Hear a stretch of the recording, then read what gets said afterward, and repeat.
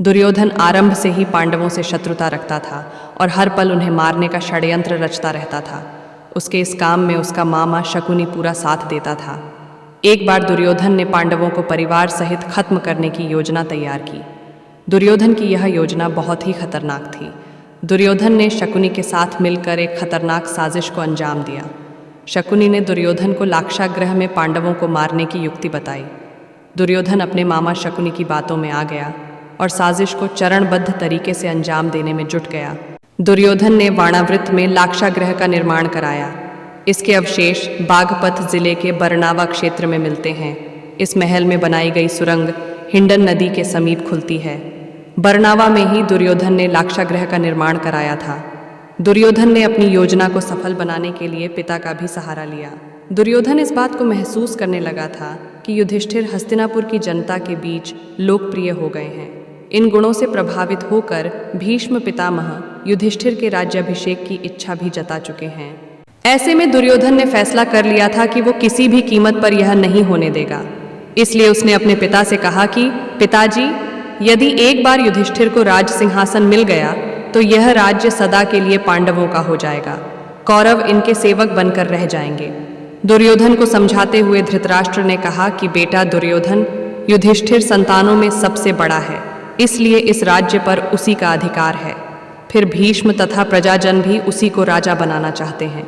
धृतराष्ट्र के वचनों को सुनकर दुर्योधन ने कहा, पिताजी, मैंने इसका प्रबंध कर दिया है, बस आप किसी तरह पांडवों को वारणावत भेजने के लिए कह दें।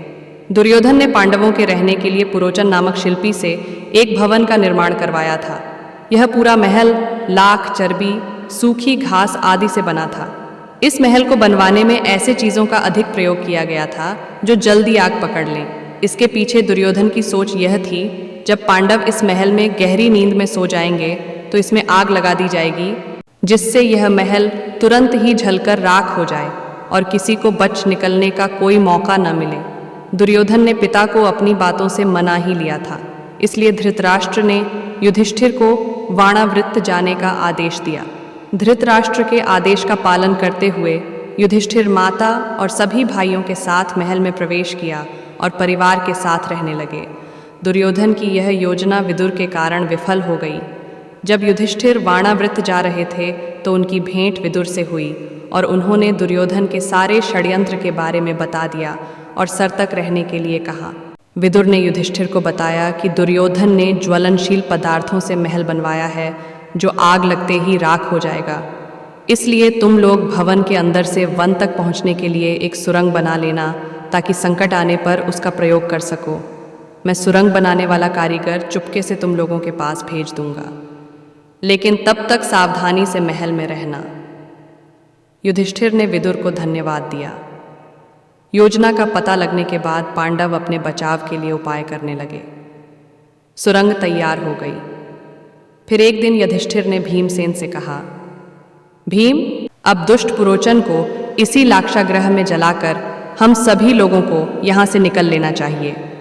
भीम ने उसी रात्रि पुरोचन को बंदी बना लिया और महल में आग लगा दी।